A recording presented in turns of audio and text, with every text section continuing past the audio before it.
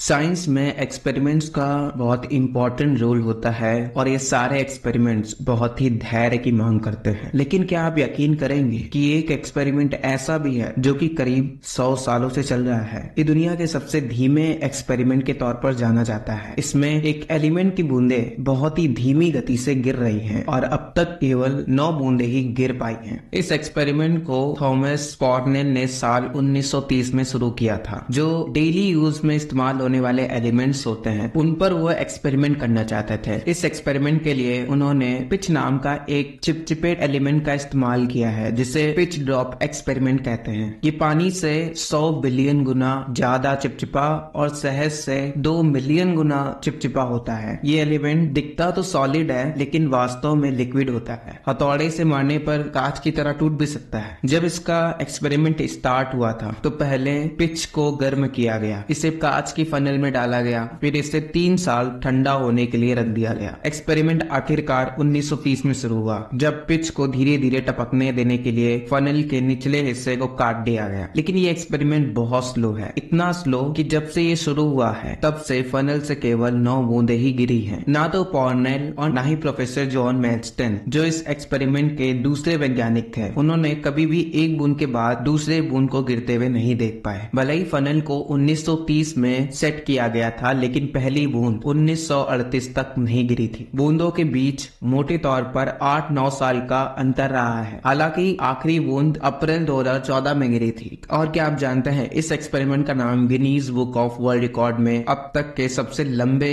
Scientific experiment के तौर पर लिखा गया है। इस अनूठे प्रयोग में पहली बूंद 1938 में गिरी, दूसरी 1946 में, तीसरी 1954 में, चौथी 1962 में, पांचवी 1970 में, छठी 1979 में, सातवीं 1988 में, आठवीं साल 2000 में और नवीं 2014 में गिरी थी। ये एक्सपेरिमेंट अपने 100 साल की समय की ओर बढ़ रहा है। अगर आपको इस एक्सपेरिमेंट को सामने से देखना है तो इसके लिए आपको ऑस्ट्रेलिया की यूनिवर्सिटी ऑफ क्वींसलैंड जाना होगा और इसकी लाइव स्ट्रीम भी उपलब्ध है। यूनिवर्सिटी का कहना है कि साल 2014 में 9वीं बूंद गिरते हुए 483 लोगों ने लाइव वेबकैम के जरिए देखा था। धन्यवाद।